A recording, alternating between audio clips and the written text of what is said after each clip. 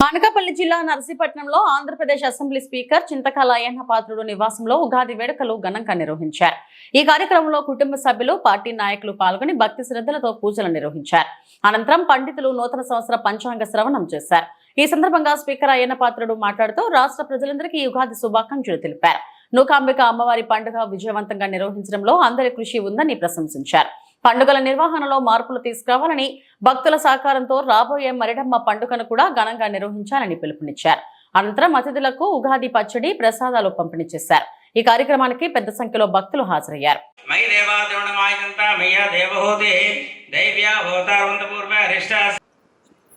రెండు విషయాలు. ఇప్పుడు ఆల్రెడీ నూకాలమ్మ పండగ బాగా జరిగింది, మీరు చూశారు. కొత్తగా గుడి కట్టుకున్నాం, గుడి ఓపెన్ చేసుకున్నాం. నేను కూడా నిన్న మొన్న పబ్లిక్ సర్వే చేయించాను నర్సీపట్నంలో.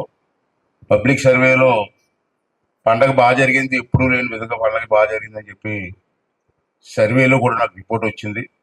చాలా సంతోషంగా ఉన్నారు పబ్లిక్ అంతా. ఇది నా ఒక్కడి గొప్పతనం కాదు, నేను చూశాను. మొదటి జాగర్ నుంచి ఆఖరి వరకు చూశాను. చాలామంది, అందరూ కాదు, కొంతమంది. అందరూ అంటే తల ఊపేస్తున్నారు, అందరు కాదు. నేను చూసాను, జాగ్రత్తలను తిరిగాను కాబట్టి ఎవరెవరు జాగ్రత్తలకు వచ్చారు, తెల్లవారులు ఎవరు ఉన్నారు, ఎవరు పని చేశారు, అందరూ చూశాను. నేను వాళ్ళకి మాత్రమే థ్యాంక్స్ చెప్తున్నాను, రాని వాళ్ళకి చెప్పను. ఏం చేసిపోడంటే రాత్రి పోవాలి కష్టపడారు మాతో పాటు. ఏ పని చెప్పి చేశారు. గుళ్ళో ఆఖరికి వాళ్ళే తుడిసిస్తారు, చిన్న పెద్ద లేకుండా. అంత సేవ చేసిన వాళ్ళు ఉన్నారు ఇక్కడ. ఎందుకంటే కష్టం. చాలామంది సొల్లు చెప్తుంటారు నా దగ్గర వచ్చి. పండగ చేసినోడు తెలుస్తుంది కష్టం. అంచేది నాకు తెలుసు కాబట్టి, నేను చిన్నప్పటి నుంచి పండగ చేసుకొస్తున్నాను కాబట్టి, ఆ కష్టం తెలుసు కాబట్టి. మన పండగలో మాతో పాటు తిరిగిన వాళ్ళు ఎంతోమంది ఉన్నారు. వాళ్ళందరికీ కూడా మా కుటుంబం కూడా ఎప్పుడు మీకు రుణపడి ఉంటుందని చెప్పి ఈ సందర్భం మనం చేస్తున్నాను. రెండోది ఏంటంటే మైడం పండగ తప్పదు మనకి. 3 సంవత్సరాలకు ఒకసారి వస్తుంది. మధ్యలో ఒక సంవత్సరం, 3 సంవత్సరాలు అంటాం కానీ మధ్యలో ఒక సంవత్సరం బ్రేక్ ఉంటుంది. ఈ సంవత్సరం మళ్ళీ వచ్చింది. ఆ పండగ కూడా తెలిసి మీకు హైప్ క్రియేట్ చేస్తాం. ఫస్ట్లో అంత హైప్ లేదు. నా చిన్నప్పుడు మామూలుగా వచ్చేది, అంత అయిపోయేది.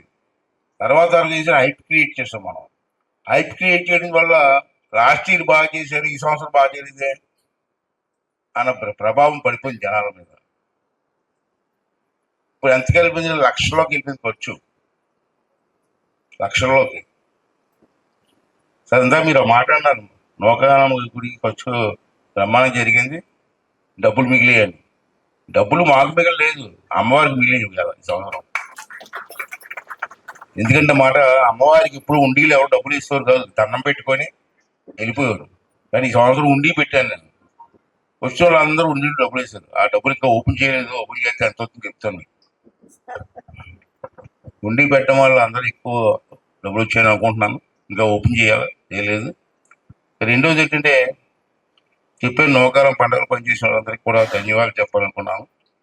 అమ్మవారి ఆశీస్సు మీ అందరికీ ఉండాలని చెప్పి కోరుతున్నాను. అలాగే మైడం పండుగ ఇక్కడ పెద్దలంతా ఉన్నారు. మనకి నర్సీపట్నం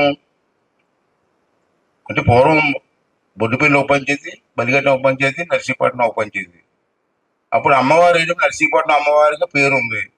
అలాగే బొడ్డుపల్లిలో కూడా మైడమ్మ ఉంది, బలిగట్టలో కూడా మైడమ్మ ఉంది. అంటే ఆ 2 ఊళ్ళు తీసేస్తే మనకు నర్సీపట్నం ఒకటి, మైడమ్మ. పండగల సిస్టమ్ మార్చాలండి. అసలు మీరు అంతా ఆలోచించండి. నాకైతే నేను 2 రోజులు పెట్టి ఆలోచిస్తాను. నేను జాగ్రత్త 2 రూపాయలు మేకో పెట్టుకోవాలి. ఆ జాగ్రత్త వెనకాల మా కుటుంబం అంతా నడుస్తూ ఉండాలి. మీరు ఇంటిలో పడుకుంటూ ఉంటారు. ఈ ఆడవాళ్ళు కూడా అంత అయిపోయారు. దండోరు వేస్తాం, మీ వీధిలో వస్తున్నామని. పూర్వం నేను చిన్నప్పటి నుంచి తిరిగాను జాగ్రత్తలో. ఘటాలు ఆ వీధిలోకి వెళ్తే ఆడవాళ్ళందరూ బిందులతో నీళ్ళు పట్టుకొని రెడీగా ఉండరు. బిందులతో నీళ్ళు పట్టుకొని పసుపు నీళ్ళు కలిపి రెడీగా ఉండేవారు. ఇంకా ఆటల్లో జాగ్రత్తలు ఉండవు. గుడి దగ్గరే జాగరణ చేస్తాం, అక్కడ అలాగే చేస్తున్నారు. సపోజ్ ఒకటో జాగరం ఉంది. ఒకటో జాగరం నోకాలం గుడి దగ్గర డప్పులు పెట్టి 2 గంటలు కొడతారు అక్కడ. ఆ ఒకటో జాగరం ఏ వాటర్ తిరుగుతారు మనం? ఇప్పుడు మనం నోకాలం జాగరం ఏ వాటర్ తిరిగింది? ఒకటో జాగరం మొన్న 4-5 వాటలు తిరిగిందా?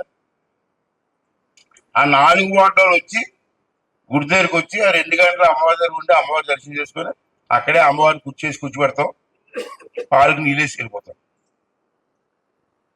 మళ్ళీ రెండో జాగరం మధ్యలో గ్యాప్ వస్తుంది. రెండో జాగరంలో మళ్ళీ అమ్మవారు వచ్చి గుడి దగ్గర కూర్చో చేస్తాం.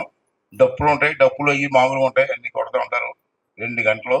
ఆ 2 గంటల్లో రెండో జాగరంలో ఏ వాడు తిరుగుతుంది అమ్మవారు, వాళ్ళంతా వచ్చి ఇక్కడికి వచ్చి అమ్మవారు 2 గంటలు అక్కడ ఉండి అమ్మవారికి నీళ్ళేసి వెళ్ళిపోతారు. మళ్ళీ మూడో జాగరం ఉంటే మళ్ళీ మూడో జాగరం కూడా అమ్మవారు సేమ్ అలాగే కూర్చుంటారు. గుడి దగ్గర డప్పులు 2 గంటలు కొడతాం. ఆ మూడో జాగరానికి ఉన్న వార్డులన్నీ వచ్చి అమ్మవారికి వాళ్ళు నీళ్ళేసి వెళ్ళిపోతారు. దీని పెద్ద ఆలోచించవసరం లేదు.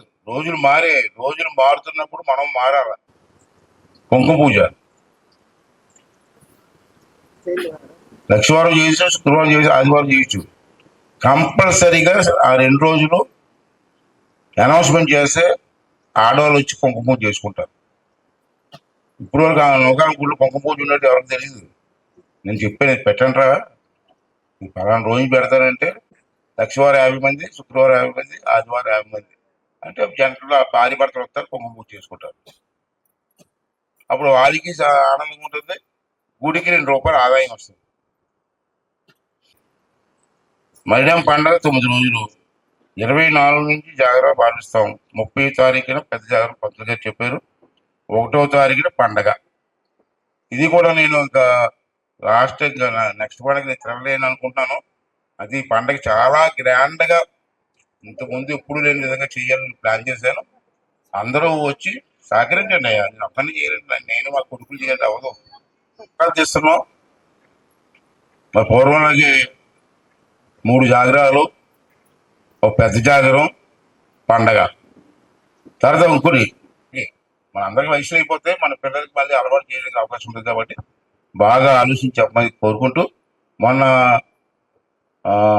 నోకాలం పండగకి ఏ విధంగా రాత్రి పాలు తిరిగారో ఈ పండగకి మైదాం పండగ కూడా ప్రజలందరూ కూడా మీ వీధిలోకి వచ్చినప్పుడు కానీ తెల్లవారు తిరిగిన కమిటీ వాళ్ళు కానీ అందరూ వచ్చి ఈ పండగని మన నోకాలం పండగ అందరూ కూడా చాలా మంది, నేను గుడికి వెళ్ళాను, చాలా మంది ఆడవాళ్ళ దగ్గరికి వచ్చి పట్టుకుని నన్ను చాలా బాగా చేసావు పండగ చెప్తుంటే నాకు ఎంత ఆనందం వేసింది. బాగా చేశారు బాబు పండగ, పన్నుల పండగ చేశారు బాబు, ఎంత ఆనందం మనకి. అలాగే ఈ మైదాం పండుగ కూడా అలాగే చేద్దాం. నేను కూడా తెల్లవాళ్ళు తిరుగుతాను, ఓపిక లేకుండా తిరుగుతాను. ఈ పండుగ బ్రహ్మాండం చేద్దాం. నెక్స్ట్ పండుగ బతికి బాగుంటే అమ్మవారు బాగుంటే అది చేద్దాం. ఈ పండుగ మాత్రం మీ అందరూ సహకరించి దయించి, నేను ఆ 9 రోజులు కూడా మధ్యలో మళ్ళీ ఖాళీ ఉంటాయి కదా 5 రోజులు, ఈ 5 రోజులు కూడా ఎన్ని పనులు మానుకొని అందరూ కలిసి గుంపుగా వెళ్తే ఆ వీధిలో అందంగా ఉంటుంది, ఆనందపడతారు. అందరూ కూడా పండగ బాగుంటుంది. సమిష్టిగా ఊరంతా కలిసి సమిష్టిగా బ్రహ్మాండంగా పండగ చేశారా అని చెప్పి అనిపించుకోవడానికి ఒక చక్కటి అవకాశం వస్తుంది, ఆనందంగా ఉంటుంది మాకు చెప్పి మీ అందరినీ కోవడం కోసమే ఇంత లెందీగా ఉపన్యాసం ఇచ్చాను. దీంట్లో నా మాటలో తప్పు ఉండొచ్చు, ఆలోచించండి.